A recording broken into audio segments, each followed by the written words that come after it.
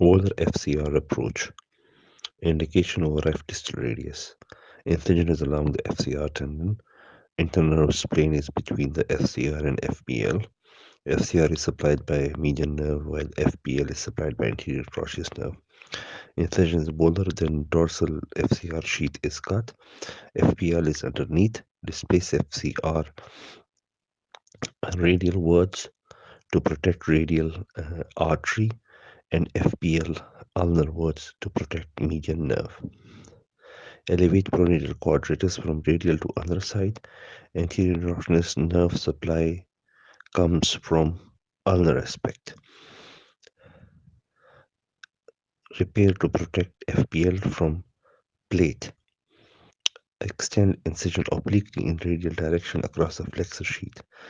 Continue in line with the thumb ray.